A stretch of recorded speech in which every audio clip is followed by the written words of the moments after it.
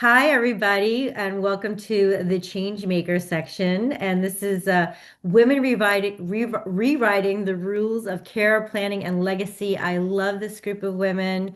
I'm so excited about this. And I feel like, really, like I was telling these women, very chill after Mark's very intense conversation. Um, so what I'm going to do is I'm going to go through our panelists right now and just ask them to do a brief introduction of themselves, like, kind of your company, your name. Lynn Lambrecht, will you please go first?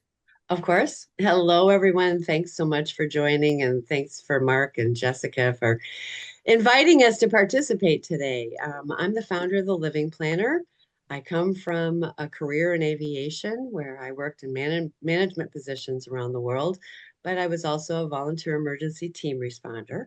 And that's, allowed me to see some things that I might not have seen from a standpoint of helping out during airplane accidents and helping families and things. So it was the impetus, the true impetus of why I started doing what I'm doing. I'm a contingency planning advisory services or business. I work with individuals and families and smaller businesses and their employees. And what's interesting to me is that I think it brought it home during my career, I was on two different international assignments living abroad. And during number one, my dad was diagnosed with Alzheimer's. And so I returned from Asia to come back to the States so that I could help during that transition with my mom, but also with dad.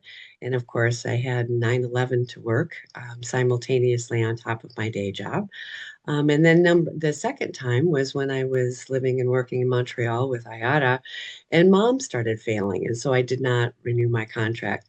So the experiences that I've gathered are deeply personal, but they're also real. And they're the administrative side of life that we're not often taught, but we tend to live through because we're forced to, and something brings us to it. So I'm now your proactive cheerleader for trying to make sense out of all the wonderful legalese. I love the attorneys and financial planners and insurance people and all those little rascals. And I've worked with them for years and from a corporate perspective. But you know what? Let's just talk real. What's the layperson perspective on all that? And what are some things that we can do in advance from a preparation and planning side to make sure that the chaos that comes and the devastation that comes when there are illnesses and deaths and all kinds of incapacities and all the rest of it, that we just can keep going on a day-to-day life. That's enough Thanks, about Lynn. me. Yeah. Well, we're going to dig a little bit into your aviation experience and what exactly happened, the story behind the story. Lindsay Friedman, Well, my tech gal. yeah, thank you so much for having me, Jess. So I actually started my career in long-term care 30 years ago. I started working on assisted living, memory care, hospice. So had a lot of hands-on care experience before kind of transferring to technology. And then throughout my career, I ended up becoming my grandma's caregiver, which brought me back to where I had started. I learned so much that hands-on care is one thing, but taking care of family member is so many more moving pieces than anyone ever anticipates until they get there. And so from that experience, I started a company called CareBloom, which is a caregiver support tool. It is a hardware product that allows families to care for their loved ones more efficiently, gives them a break, is it's a really lovely product to keep your loved one in home longer and to make sure they're safe. And through that experience, I learned that families are all in the exact same position and everyone has the exact same questions. What does care going to look like? Where am I going to find it? How am I going to know if they transition? What's it going to cost? How am I going to pay for it? And who's going to help me? Mhm. And having been a certified senior care advisor, having done that, I would advise a little bit, but my place was really about Care Bloom and what we were doing. And saw that there are so many discrepancies. There's no one good place to find anything. So we built LT Care Nav to help families pull everything into one place and answer every question and address every issue you run into with long-term care. Right. That's really the big piece is navigation, which is so crucial. We're going to dive a little bit deeper into that. And Stephanie Rosso, can you please give us Hi. your back? Hi, Hi, welcome. Thanks for being everyone. here. Thank you. I love that this is all about pivots and reimagining, right? Hmm. So I am a child psychologist who's worked with families in some of their most stressful moments over the years. And in the pandemic, I started to work with my partner Eli on the Best Notary, and we pivoted that company to focusing on working with estate planning attorneys. There was such a need. And so we went beyond being a notary company to really going deeper with estate planning attorneys to be their back office. Um, and we keep pivoting. That's what happens as you learn and grow. Mhm. And so we are creating a place for people to connect. This is Max, by the way. He's just gonna. We love Max. We can't do anything without I Max. know he's got his bow tie on today. He's very fancy. He So is fancy. I I didn't even know. see that. He got all Fancy pants. dressed up for the I group. know. He's like, I'm gonna be on camera. I have to. So, right, pivoting and adapting. And how do we help families in different ways, right? And be prepared for conversations, and not have the stress, right? So we are bringing together people, advisors, so that you can meet other advisors. And one of these pivots include me expanding to become a fiduciary. So really a winding path where it brings a lot of the things that we're talking about together. How do we help families be prepared for, not be scared of what's coming, have difficult conversations, and have the documents in order, right? So I think that's where we all come together. And thanks for that. And there, it is difficult conversations. We do have a panel that's going to come up, and we have somebody that talks about like how do you actually approach those conversations. It's going to be a really great panel. Lynn, I just wanted to say, let's get back to what you said is like a crash, collision, bringing it back to Literally and aviation. figuratively. Yeah, because I think what's so interesting about this period of time or this generation of adult children is that adult children, Gen X learns by collision. There's a lot of reasons around that and Yeah. psychology around that. But Lynn, you really actually witnessed actual plane crash. Well, you didn't witness plane crash, God No. forbid, but that's kind of like in that part of the career is kind of really what propelled you into this direction. Can you talk a little And bit it about that? didn't dawn on me till many years after. I mean, it's funny. Everyone in my family is a doctor or dentist but me. So we didn't have normal dinner time conversations. And it's really kind of interesting to think about it because dad was in World War II. My brother, was in med school during Vietnam and, joined the army also. So the gentlemen in my family were not exactly thrilled when I decided that yes, I would agree to become a volunteer emergency team responder. I was asked my first day on the job. And it was interesting because I was an RA in college and a head res in grad school, and I had had a lot of crisis intervention stuff. And I'm a live wire. I'm an uncaffeinated live wire.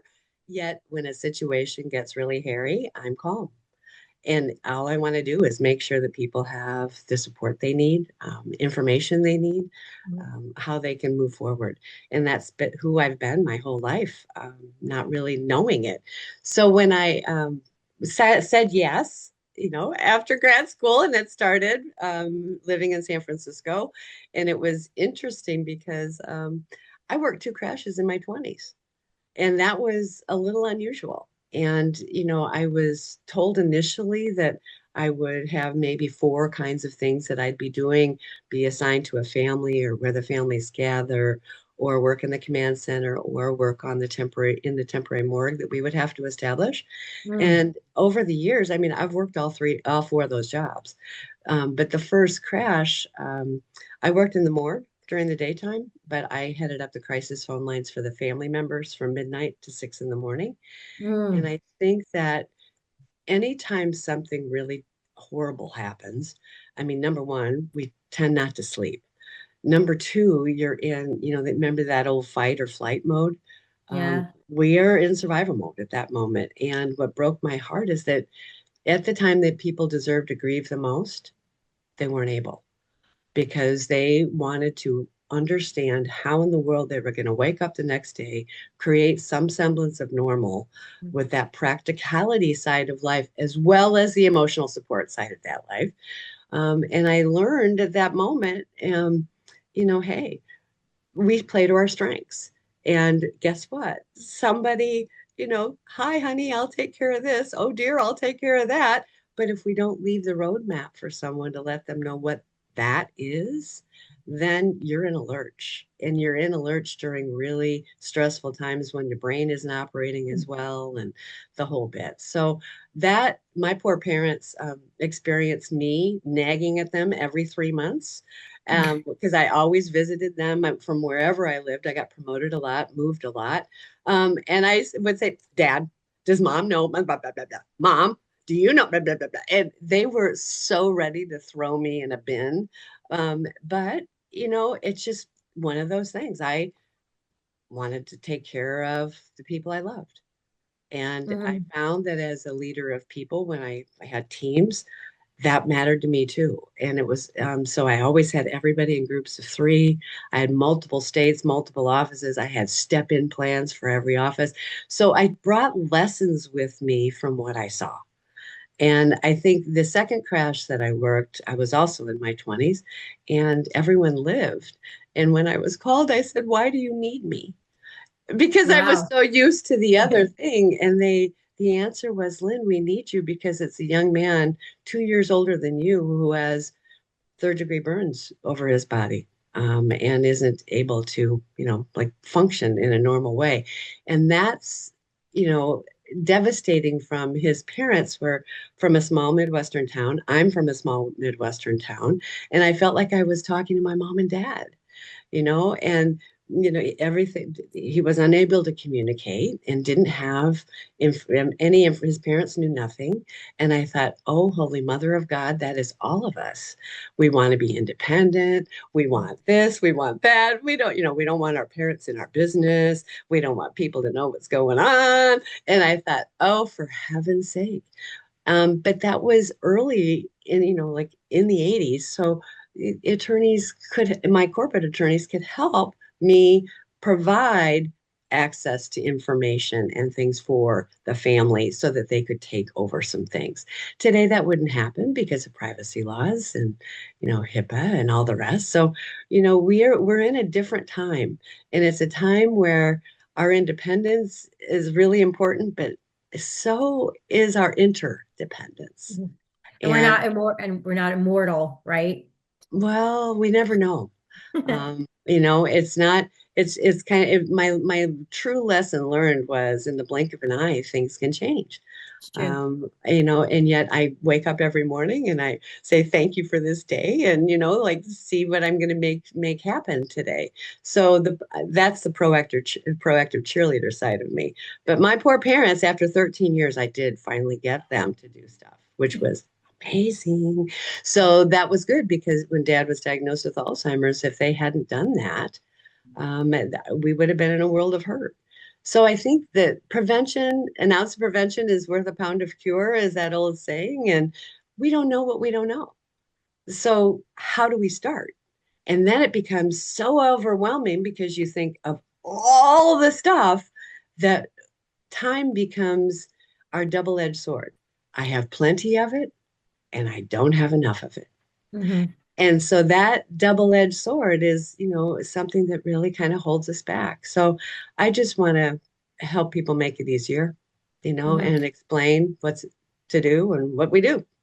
I think that you kind of have you have such a unique view, and you want to get people aligned and you want to get them prepared, and you also see the future as if you don't do this, everything compounds, but also your grief compounds, and you have to put that all on hold if you don't have these things addressed. And it's almost like, yeah, we see it a lot in this business. Thank you, Lynn. Lindsay, you had started, I think you said like a caregiver, right? Had that was it, but like at a young age in a skilled nursing facility, Yes.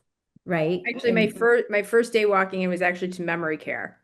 okay. Oh, Yeah. So and that was in, you don't have to tell me the year, but how many years ago? So 98. So Right. yeah.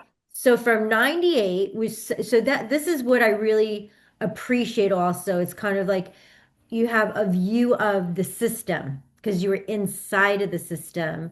And I think that people that have been inside the system in like 98 to 2000, and people, again, Gen X have such expectations of what kind of care is available and what they're going to get for their parents. And they have no idea, like, we were in the lap of luxury in 98 Yeah, it was a compared to really now. Yeah, Yeah. it's a really different landscape. I was messaging with someone who's much younger on LinkedIn and saying something about how this is a broken system, and she was like, "This is how the system was designed." And I said, "I disagree." I said, "Because I remember a different system." Hmm. Mm-hmm. I mean, if you're looking back the past 10 years, this is the system we're living in. Care associates directly with cost. And while care cost back then, it wasn't the same kind of price. The quality of care was higher. I can tell you, I worked for an organization that has been bought several times, but I still go in. And back in the 90s, the caregivers cared, the the executive director was hands-on in the working with us. She stepped in when it was needed. It was really a different experience than the last times I was actually going in and helping.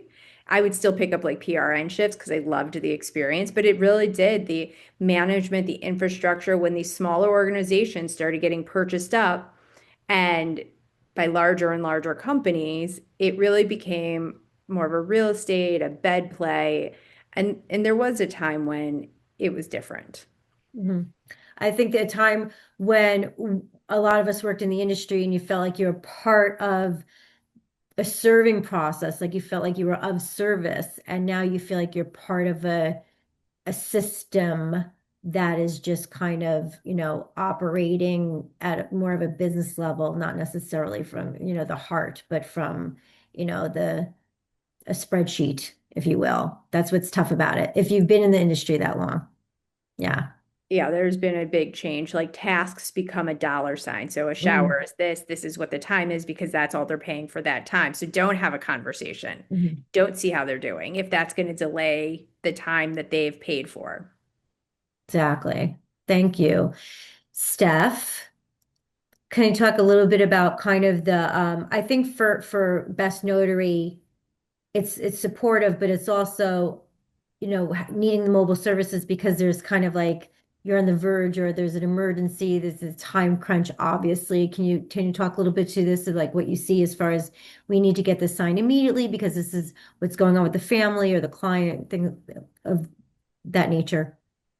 Sure, absolutely. So most of our clients are actually the attorneys themselves, and they try very hard to have things signed ahead of time and early, but sometimes that's not what happens, and sometimes we are called to out to a home or to a hospital where someone is ill.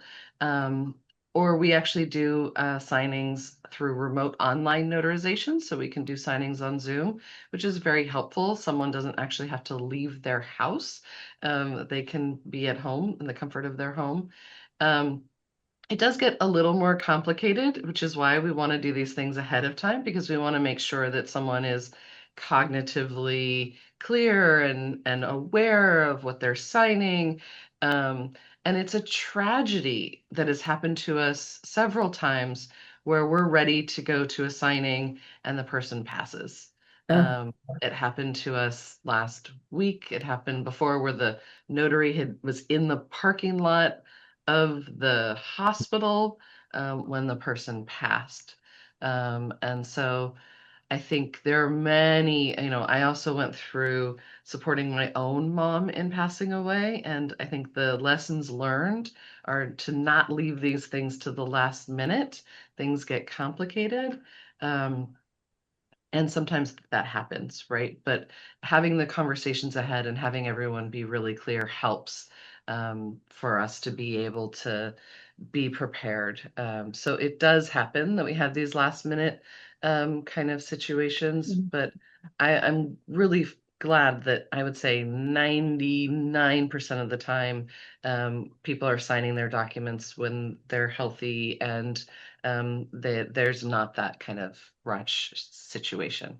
But that particular situation, it was a rush because they were in the hospital. It was very important that they got, and so they obviously hadn't gotten this document signed for. Correct. Can you give us any kind of paint a picture of like what the situation was, what they signed, and what's the repercussions of like, or the consequences of that not getting signed in that particular situation? It's really unfortunate because they've spent 5, 6 months or more outlining what they want to have happen, setting up a trust, doing all these things. But because the documents aren't signed, they're still going to have to go through probate. They're still going to have to go through court. They're still going to have to spend years in court and lots of costs. And then, of course, the state takes a portion of the estate, and the court decides what happens. Now, because they made some of those decisions, I would hope that the court would honor the wishes of the person. But because it's not signed, it's not valid, and it means all of that time and energy was kind of wasted, right? And so that's really tragic. So yes, and one of the ones that happened last week was a husband and wife, and I was calling to make sure, right, is she able to sign? If not, we need to bring some credible witnesses. We need things a little different because she physically may not be able to sign. We have to do the notarization a different way. And I called him in the morning and he said she passed overnight. Uh, And so I, let's dive a little. I think because I think that's really important right now is that people don't understand about the capacity issues right. of why we need to have these documents in place.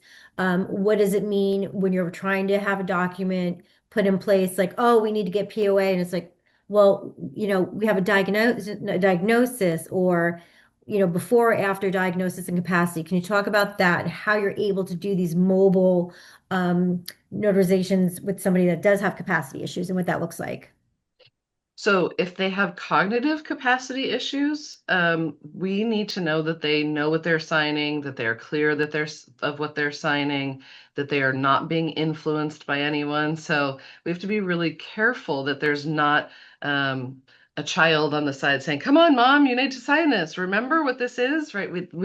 If they are not able to sign, then if they're not of full capacity, then they're not able to sign. And so there may be times of day or medications, right, where people are not of full capacity. So we need to figure out, is there a time that they are very clear, that they're not heavily medicated, and that they really understand what is happening and what they're signing. And the notary needs to feel confident in that. I will say, we don't generally take calls just randomly, right? Someone Yeah, finds yeah. us on They're not Google. ordering No, French fries. Yeah. no. So it's our attorneys that have been working with them for a while. But there are circumstances that I have had to, as a notary, say, this person, and we have to figure out, right, is this a speech issue? Right? Is this a slow speech kind of situation? Do they have difficulty physically signing? If they understand and can express themselves clearly, that's one thing. And so we have to be prepared for that and try and figure out how can we help make sure they understand what's happening versus a real cognitive issue, right? Because if it's a cognitive issue and they're confused, I had one gentleman and he said, "I'm doing this for my kids." Well, that was not clear enough to me that he knew what he was signing and what was happening. And so we had to, um,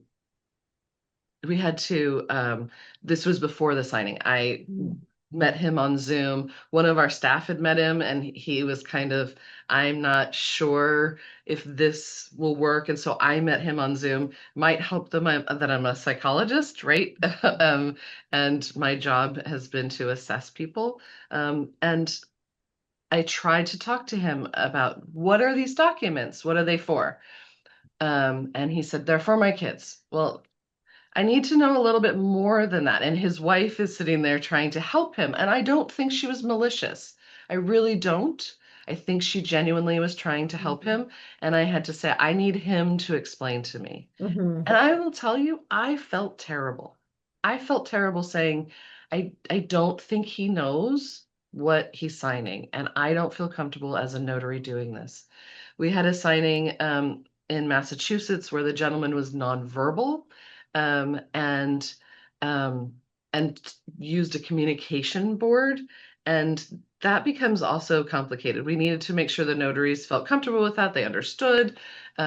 He couldn't actually use his hands either, so he had to use his eyes to use the communication board. So that's complicated. We need to be able to ask questions and be very clear, and not discriminate against him because he can't communicate the way that we generally expect someone to communicate, but to take the time to slow down and understand how he communicates. Unfortunately, in that situation, it didn't go very well, and is a lesson learned on how not to have something happen, because people didn't slow down and listen to him and didn't slow down to hear what was happening. Mm-hmm. We really need to take that moment to figure out how does someone communicate and how do we make sure that someone is not taking advantage of them and it's their wishes being expressed. So it's Which complicated. it is complicated. This is going to be a growing problem with capacity issues, especially people living longer, not just if they have a diagnosis, it's just the aging process in general. You don't have to have necessarily memory impairment. You know, you could also have a bad day. We all do. Right. But it's Yep. going to have more of those as you get older and confusing. Or and I want to talk about this with Lynn now is how people are confused about like there's the difference of opinion between family members, you know, when there's conflict within and there's resistance. Like you have clients that, you know, they're trying like with like how you were with your parents, Lynn, and trying to get them to kind of um take some action, you know? And so how do you work on that process with either maybe your clients or when they're trying to work with their other family members? I think each situation is so unique. I mean, I was unique within my family. Let's put it that way. I am the oldest of what we'll call the second generation. So I was the littlest, observing pretty much my whole life. And so it was interesting to I had a true understanding of their day-to-day life, which makes a big difference, because you know what? It is in the day-to-day activities that the legal documents and all of that incredibly important, but it's the day-to-day life. I mean, I was the one that had conversations with them when they were younger than I am now, saying, could you define for me quality of life? To which they were looking at me like, what the heck? And I said, no, really. I mean, tell me, what do you enjoy seeing and smelling and hearing and tasting and touching? You know, and I was so grateful that I did that because I mean, my dad didn't know me for the last 3.5 years of his life. And I knew that he wanted to sit outside on the deck, look at the trees, watch the birds, listen to Nat King Cole, those kinds of things. But that was not an easy conversation. Hmm. Working with clients, I mean, every family has their own dynamic, and every family does not get along, and What about every what about the families blended. that are visiting you, that are meeting you in crisis, those kind of families. They're meeting I you in work with crisis. people before the crisis, Good. primarily. I mean, I save the in the crisis moments now for Mhm. my family and for my friends. But my day in, day out work is in advance. And I'll tell you, those conversations can be uncomfortable, especially with blended families, Hmm. because there's a lot of dynamic going on with the previous life, the previous potentially children and or dog, animal children. I mean, there's a lot going on in that. And so, you know, having conversations in general, the one lesson I learned within my own family, I communicate too much in some respects, I'll be honest. But other people in my family have in the past considered any conversation to be confrontation. And I consider it all to be information. Well, I do too. Now I found But my sister's my another another sister spirit sister. Yeah, I get the same, Lynn. so I think that in many ways it's kind of like, okay, and now I over time as I have chronologically advanced, I will just laugh and say, may I ask for permission to dig a Mhm, little bit in this hole? And because when you're thinking about, I help people from their day-to-day life of when they wake up in the morning through the stages up until what they want for their final wishes and celebrations of life. mhm, And so those conversations are, you know, touch on our mortality. They touch on woogies. They touch on lots of different things. So people having the conversation together. I love having couples, younger couples, and especially when they're each dealing with their own parents, saying, mhm, "I have no idea what this is." It's like, okay, so how are you going to ask? And we practice. Then we get the mhm. cross cultural side of life. I mean, I've worked on 6 continents. So, when I am working with people from the Middle East versus Latin America versus Asia versus wherever, like from their heritage perspective, we have different ways to communicate. All of us communicate differently. So let's be gentle on that part. Yeah, definitely. Um, Lindsay, let's talk about the development of LTC Nav and bridging these big gaps for families and trying to keep people empowered and in control, choose your own adventure, choose your own path, but making it so that they will want to use a platform that they can trust. Because, like, trust is to me, I keep saying this over and over and over again. Like, transparency is the new trust, and Yep. trust is the new currency. I mean, we are in such an age of like, we are bombarded with information. We know that there's problems. We know it's complex. And there's, but we're so overstimulated and we're so oversold. Yeah. We're so oversold that it's so hard to find out like where do I find these trusted advisors and how do I find this and how do I make it like the navigation process easier? So if you can talk about like the bridging the Yeah. gaps that you're creating. Yeah.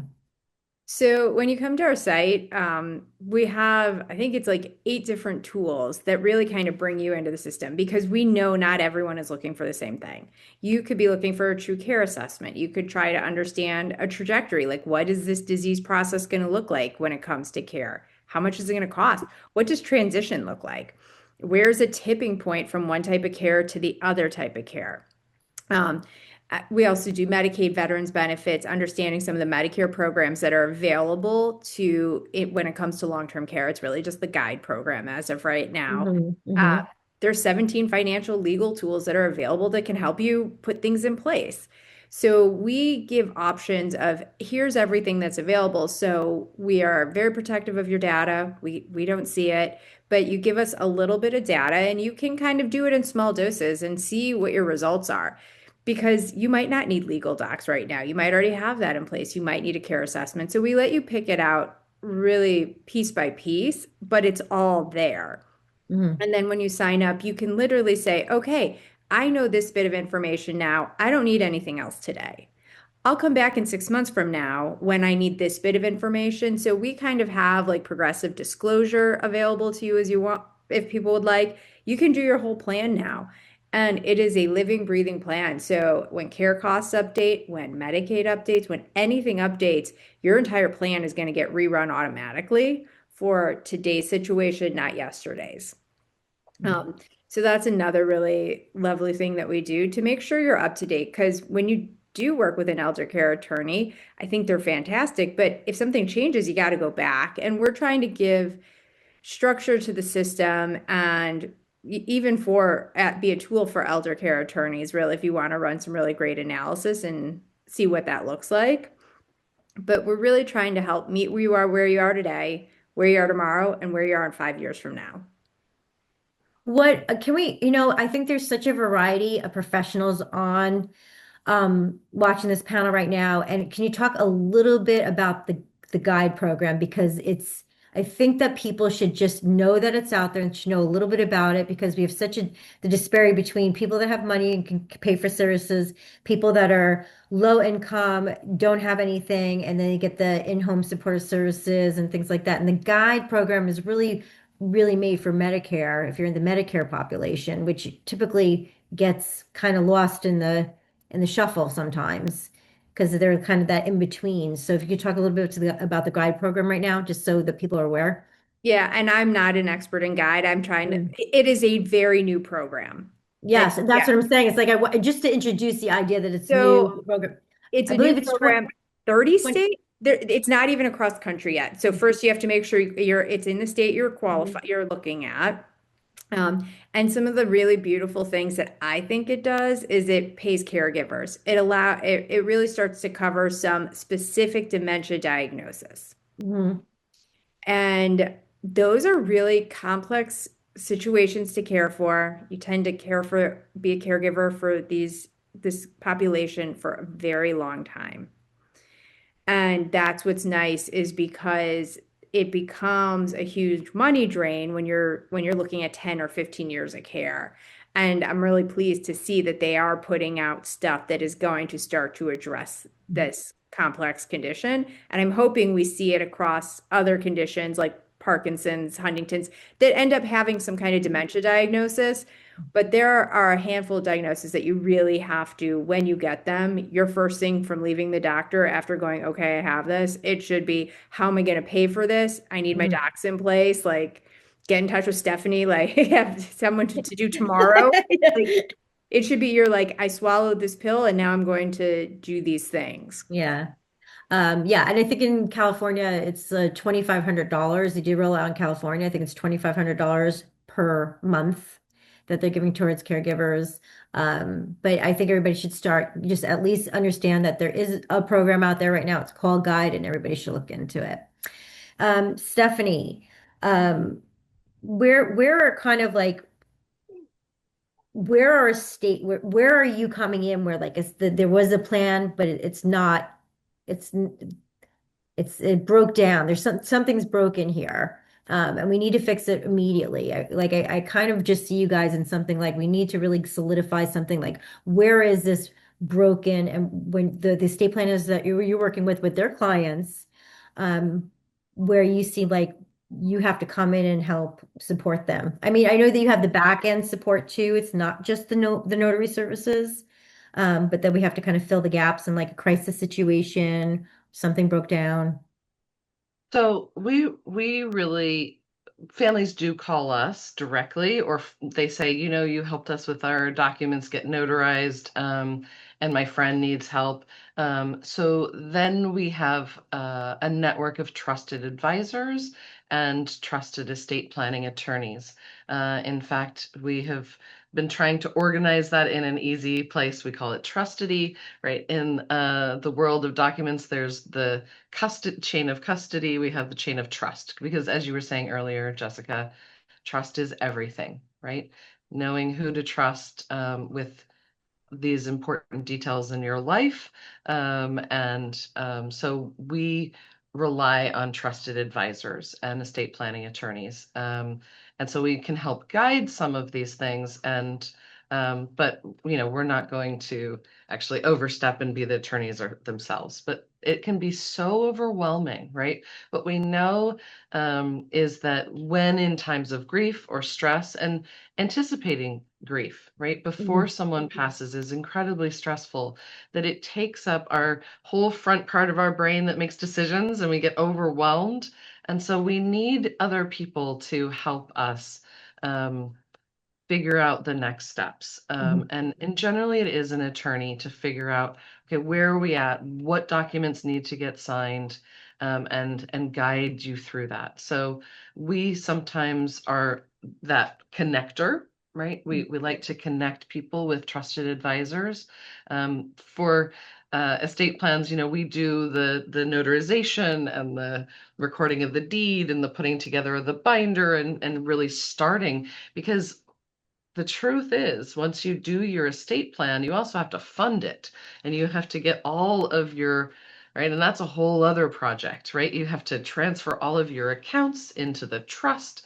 There's a lot of work that needs to get done. And so it's helpful to do that when not in crisis. And if you are in crisis, to have a lot of really good support. So we help people find that really good support. Do you have any insight of like what estate planners, like the previous estate planner had missed, or where somebody had to come in or like repair somebody else's work, and something that's, do you have any insight to those? Not as much. I think what happens more often is that people do an estate plan and they say, I'm done. And it's been 20 years and I never have to do this again. And then they realize, oh, actually, I sold that house and I bought a different house, or that person passed away. Okay. And so I think um, we don't see as much of the end where someone has made a mistake, and the Mhm. attorneys, by the time we see something, right, they've sorted that out. But what we hear very frequently is, oh, I thought I was done and I didn't need to redo this. Some attorneys will do an annual check-in. Has anything changed? Do we need to change anything? And some do 3 years, because life doesn't happen always so fast in any year.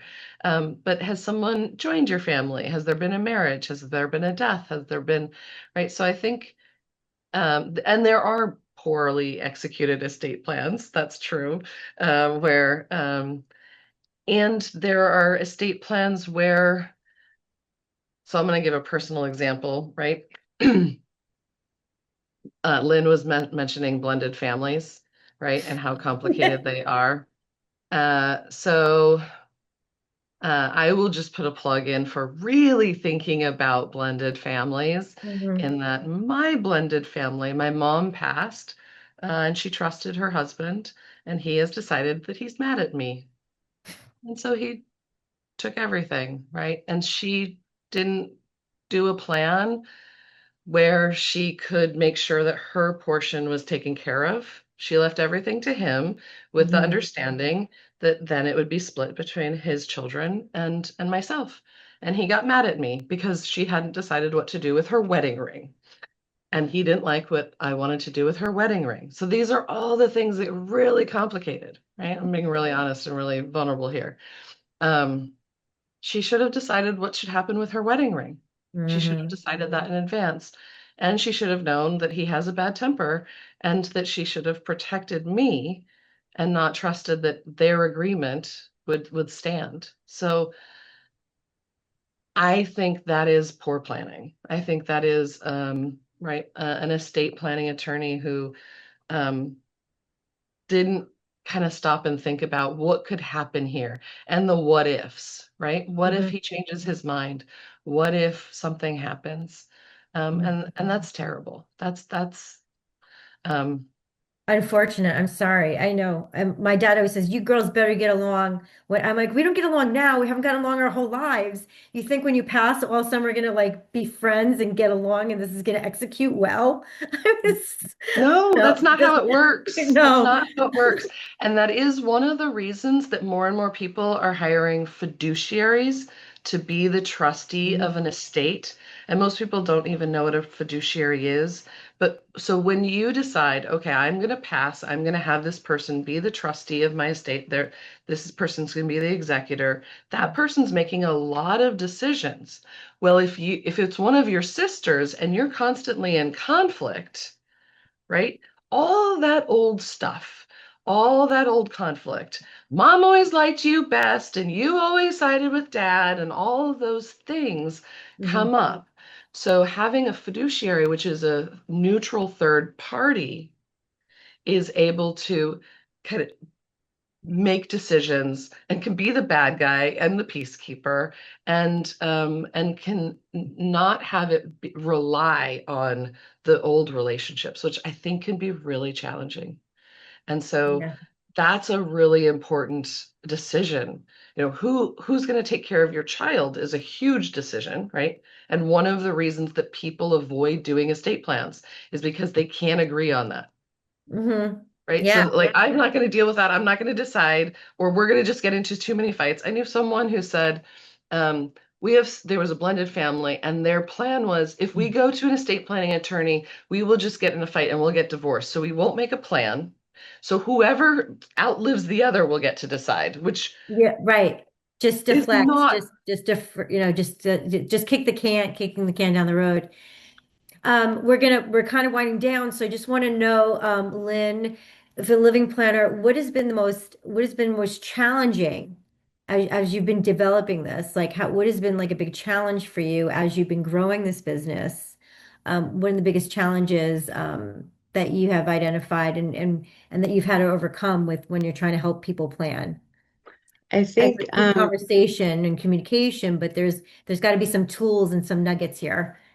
well, the interesting piece is, honestly, I mean, people actually doing something is the hard part because we might meet and they are very interested and we have like this I do this whole gap analysis when I do my well-being checkups just to identify areas that they can shore up by themselves like with their own who has access to your schedule, who can get into your Mhm. place, that kind of stuff. But it's also, you should talk to an insurance person about protecting yourself with this. And, you know, do you even, let's talk about a power of attorney. It only happens when you're living.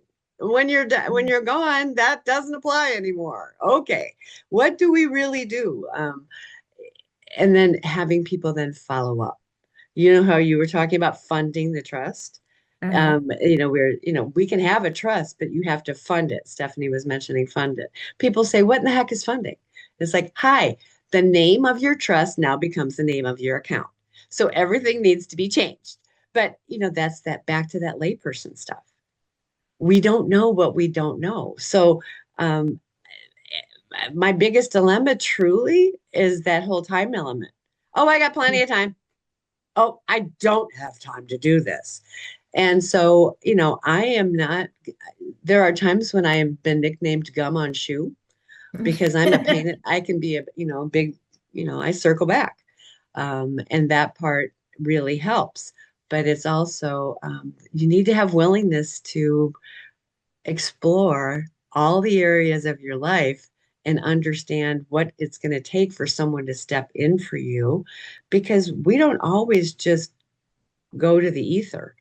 We can be in the in between stage like dad of being physically present but not mentally here. And that stage, who speaks for you? Who's writes, Mhm. signs, who pays your bills? Who's the person that, is that backup? So I like to look at my life with like little road mappies, if you will, and have step in plans. But that can be overwhelming to people. And I get it.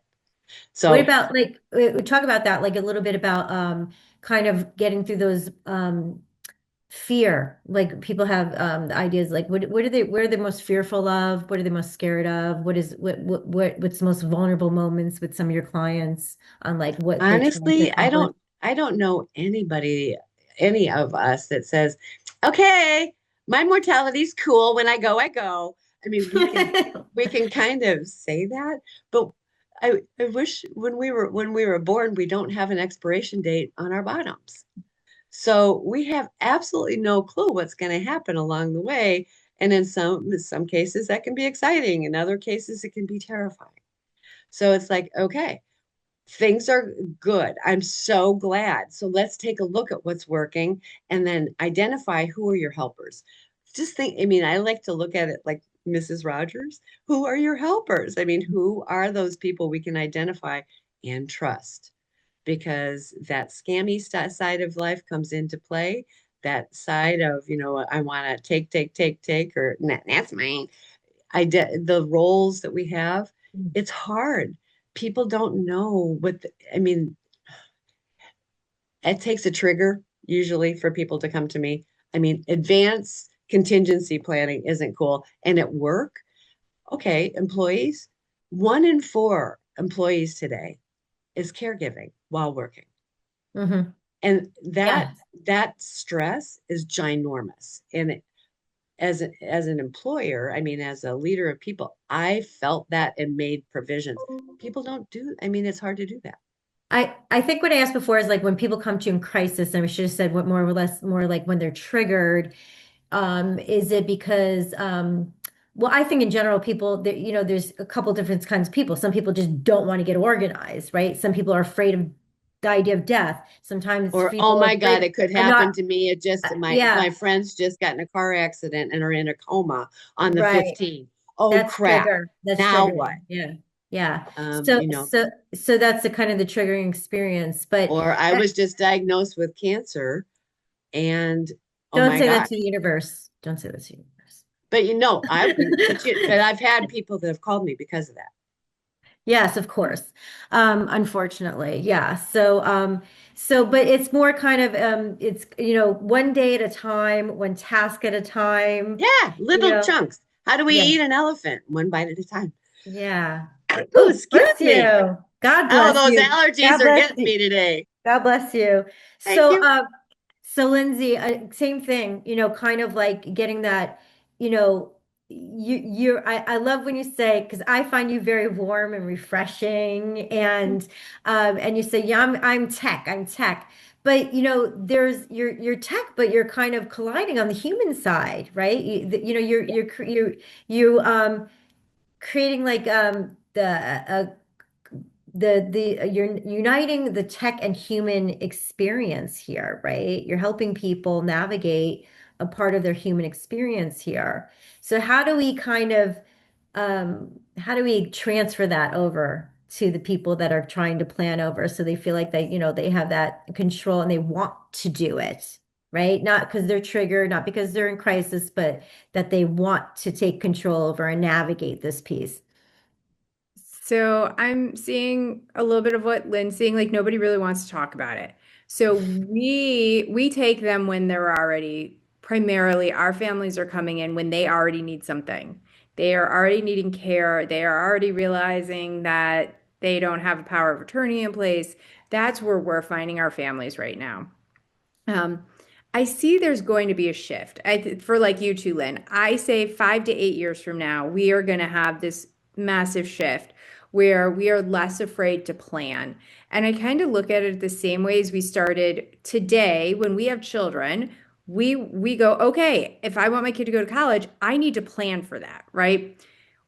There is a 50% chance your kid might not go to college, but we are still thinking about that as the people who do plan. How am I going to afford that?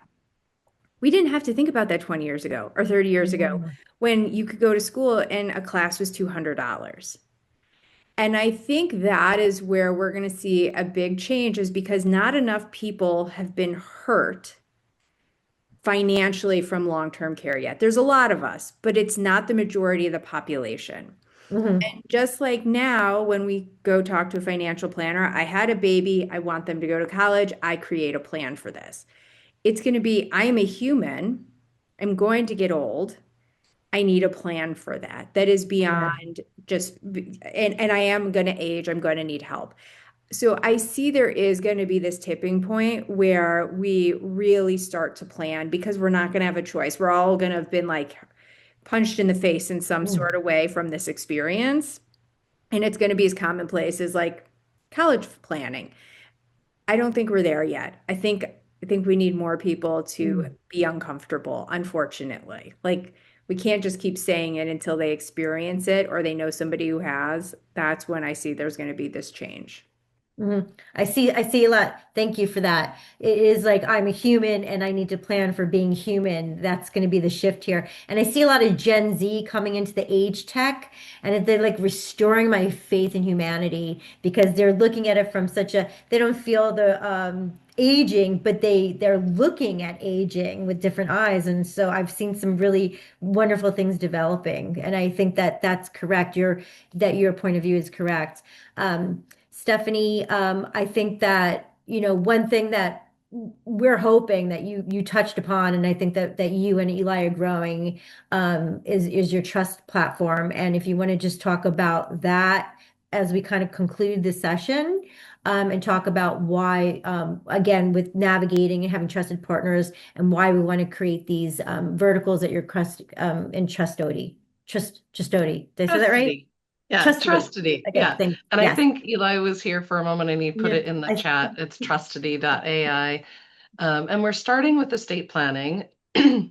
We see it as a network, right? We want to make connections. And so, I'm excited for Lindsay and I to think about how we can be part of a connection, right? There's an there's not there's enough space for all of us together, right? There's a 80 trillion to 120 trillion dollars about to change hands. There's right. We talk about the money, but it's also people and people under stress, right? So we talk about the sandwich generation, people taking care of their parents and taking care of their kids. I call it the panini generation because it's a lot more squished and it's a lot messier and hot, especially if you're going through menopause. And there's never enough cheese, at least in my opinion. So I think of this as a stressed person. Who do I trust? How do I get what I need? And that people kept coming to us and asking, who's a good estate planning attorney? Who's a good wealth advisor? Who's a good Mm, this? Who's a good that? Um, and helping estate planning attorneys figure out what's a good technology, right? So, on one hand, helping the estate planning attorneys build out their network of tools, resources, and support, but also helping individual people find good advisors to help them navigate because everyone needs a team. We cannot do this alone. It is too hard. It's too complicated. I want Lynn, you to go today and put yourself on Trustody. And I want to connect to Lindsay's work and everyone else who's on here. And what our goal is it's not just about some random list, but who do we have in common and how do I get to know them and how do I mhm, know that I trust them and how do mhm, we bring the human with the technology, right? So Trustedy is not just about like a Yelp rating or a Google rating. It is, I've met Jessica. I know her. I trust her. And if she makes a recommendation to me, which she does, and I appreciate it, she sends people our way. I know that is a value and more than the random person off the street. How do we create community and connection? mm, Because we need that. It does take a village, Kit, absolutely. And so, how do we do this together and say, here's what I can offer, here's what I need, right? Here's and how can we do that together? So, Trustody is a place that we're trying to build. We're starting with estate planning attorneys, but then we'll build out family law and we'll build out right and Jessica's going to help us with the senior care side of Yeah, things. I'm so And she, excited. I'm so excited. And she's been again, voluntold on that one. what's that? Voluntold. Oh, yes. And also, because we're wrapping up here, I appreciate all these change makers. I really adore you. And for people that have been watching this session, a follow-up that we're planning to do afterwards is we'll send an email to our audience. We have everybody's email addresses and ask them if they'd like to make introductions or if they would like us to introduce to any of the panelists during these 2 days of network and navigation. So thank you, ladies. Thank you, Max. And thanks for everybody for participating. Again, adore you guys. Thank you so much. And we'll see you in the other sessions.